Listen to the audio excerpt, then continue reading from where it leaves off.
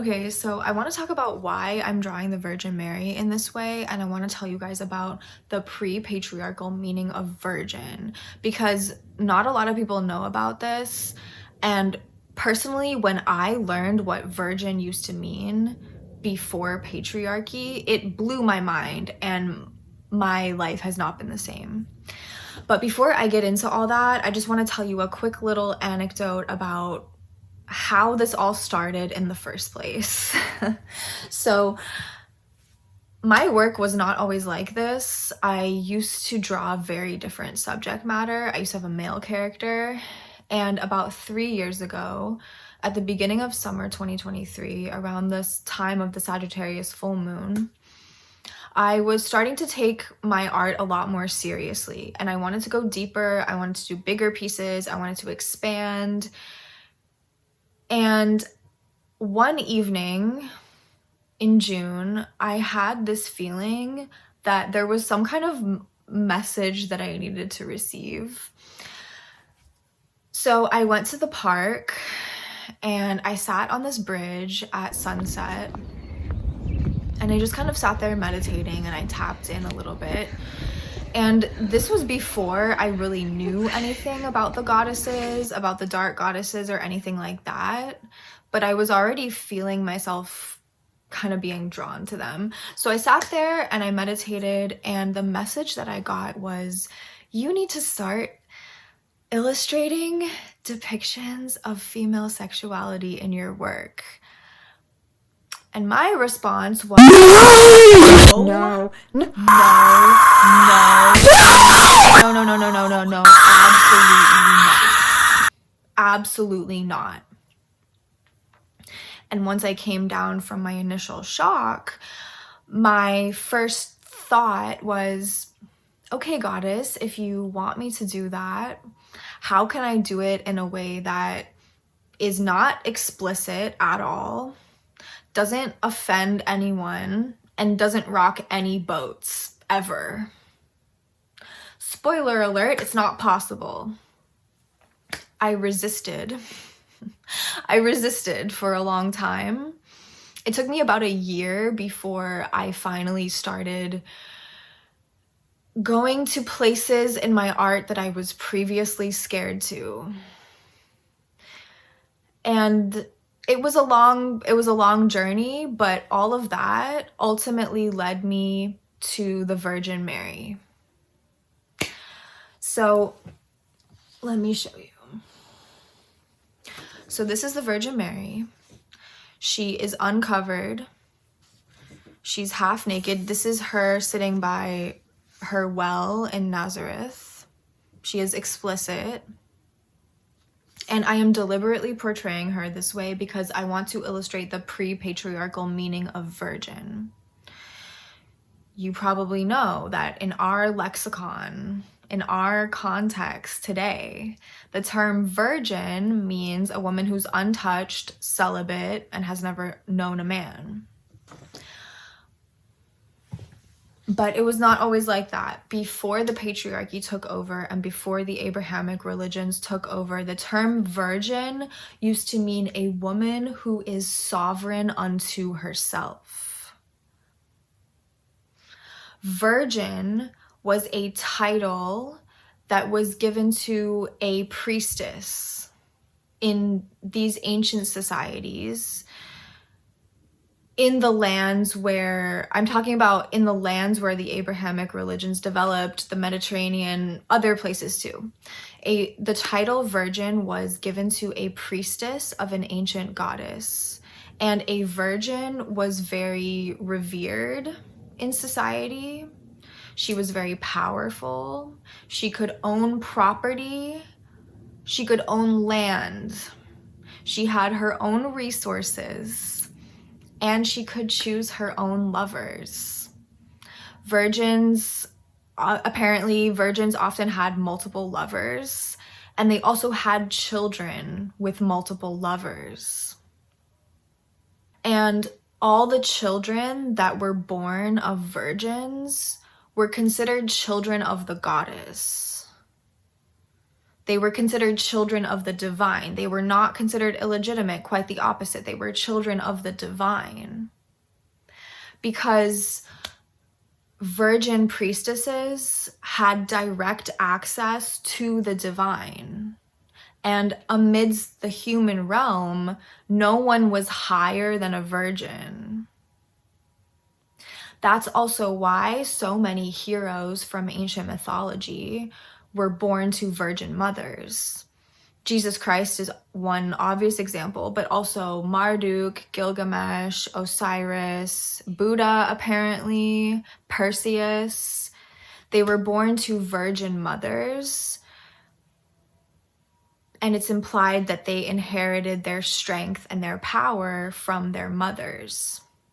The term virgin is also related to the word virile, meaning a strong woman who gives birth to strong heroes. But of course, the patriarchy twisted the meaning of virgin and turned it into yet another way to control women's bodies. The practice of having virgin priestesses in some positions of power lasted into ancient Rome. They were called Vestal virgins. You might have heard of them. And their position was kind of similar. They had some social and political influence, but Vestal virgins were required to take vows of celibacy, and so their sexuality was completely controlled by the state. The Virgin Mary was also a virgin priestess, likely also a virgin priestess. She probably had multiple lovers. She probably enjoyed the freedom and the sovereignty that other virgins did. And this concept of divine conception, of a virgin giving birth to the children of God, was later turned into the concept of immaculate conception, where she still, according to the church's patriarchal narrative, she still serves the function of delivering a child of God, but she does it immaculately, without being touched and without any expression of sexuality. And hence, she's always covered. She doesn't have anything to say. Her story is limited to the fact that she gave birth to Christ. And beyond that, she doesn't have any story of her own. She suffers in silence. In fact, the thing that she is most known and revered for is suffering in silence.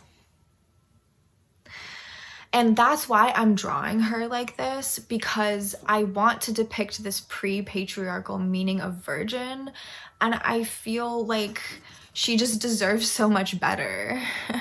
And I know that illustrating her in this way is technically considered heresy and sacrilege, but I do feel that it is important. Like, I do feel when I'm working on these ideas, and like, let me show you some of the drafts. I feel that when these ideas are coming out on paper, I do feel that I am channeling. I do feel that like they're just coming through me out onto the paper. It's not entirely my idea. I'm channeling from the goddess. And so that's why it feels very sacred to me to draw the Virgin Mary in this way and to tell her story in a different way. But I have a very contradictory experience of it, because I do also really struggle with Catholic guilt. I've been having a lot of guilt attacks lately in like really silly situations. And I have been struggling with shame around this, so that is something that has actually been holding me back lately. For example, this is another depiction of her. This is the first draft, which I actually liked better. but it's basically in the temple, and I'll talk about this one in another video, but I'm redoing it and I want to make another version of it. But I don't know, I've been having like shame attacks lately. It's really weird. Actually, it's not weird, it makes complete sense, but it's something I'm trying to fight against. And then this weekend, I had a conversation with a friend that kind of prompted me to deal with the shame a little bit and reminded me why I'm doing this in the first place. So he had been pressing me to show him more of my art and my Instagram and stuff like this, and I was resisting because I knew that he wouldn't approve. So eventually I kind of gave in and I was like, you know what, like I need to stop the people pleasing. I need to show myself the way I really am, otherwise the right people can never find me. So I showed him my reel where I was explaining like my process of making this piece, and he said, you shouldn't be doing this. This is disrespectful. It's sacrilegious. And what would your mother say? And like all kinds of stuff. Like he was super, super against it. But this is the same friend who moments before that conversation was showing me a video of a woman dancing, and she was very scantily clad and like it was showing her body, and he was saying like, oh, it looks like she's had some work done and like it looks so good on her, and she was very sexy and voluptuous and very beautiful, but he was basically just like showing me this woman's body and being like, wouldn't you like to have a body like that? And I was like, okay, like men can go around commenting on women's bodies, appraising them, objectifying us all day long. But me drawing something that is very sacred to me, a young woman having a spiritual experience with the sun, this is not okay. This is disrespectful. And I don't know, it just pisses me off because there's a lot of ways in which women are so sexualized and so objectified, and yet when it's for the male gaze, that's fine. That's considered liberation. But a woman actually expressing herself is not okay. It's too shocking. So I'm not gonna lie, I was a little bit upset about that conversation, but it just got me thinking, and it made me realize, you know, like I actually need to go further with this work. I need to keep going. I need to draw more pictures of her with more heresy and more love. And I need to finish rewriting her story because I'm sure that I'm not the only one who needs to see her. And what people don't realize is that the whore and the holy woman are one and the same.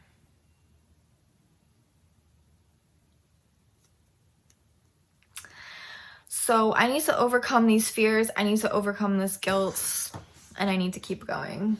I have an exhibition coming up. I am going to be included in a group show called Outsiders at James Rotman's Gallery in Toronto. And tomorrow I am going to meet with James, and I'm going to show him all my new work that he hasn't seen yet. And we're going to decide which ones are going to be included in the show. So I really hope that she gets included. I really want her to be up on the gallery walls because I want people to know about this, and I want people to see a different version of her. Even if it's shocking for them, I want them to maybe start questioning, why is that so shocking? So tomorrow I'll find out if she's going to make it onto the gallery walls, and I will keep you guys posted in the next video. In the meanwhile, I will be sending more drafts and works in progress and scandalous things over email, so you can join the email list at my website to stay in touch. And I will see you in the next video. Toodles.